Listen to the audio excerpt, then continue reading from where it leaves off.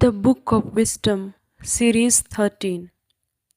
Futility of Idol Worship. The natural foolishness of men is seen in ignorance of God. The experience of good things did not lead them to the knowledge of Him who is. They were interested in His works, but they did not recognize the author of them.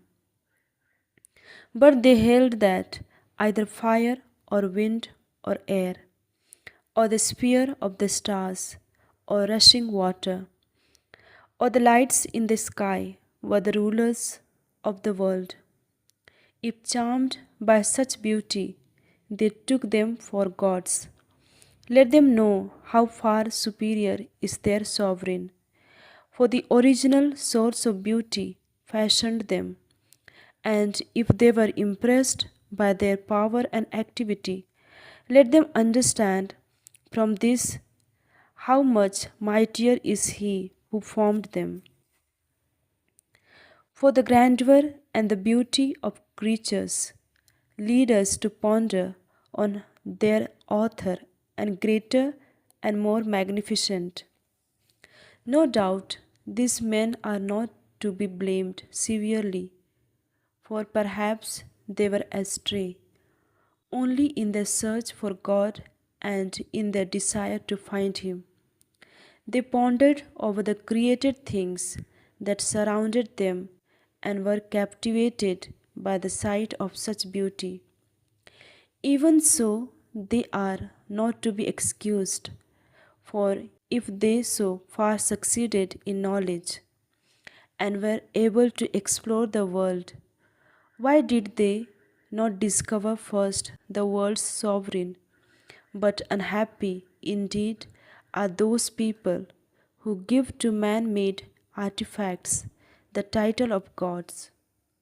Cursed is their hope in dead things, objects worked in gold and silver, and likeness of animals, and even useless stones carved long ago. Take a woodcutter, he fells a tree that is easy to move, expertly strips off all the bark, and then, with deft craftsmanship, makes an utensil needed in daily life.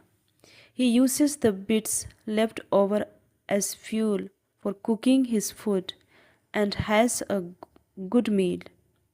Then he picks up an utterly useless leftover piece, all gnarled and knotted, and carves it in his leisure time.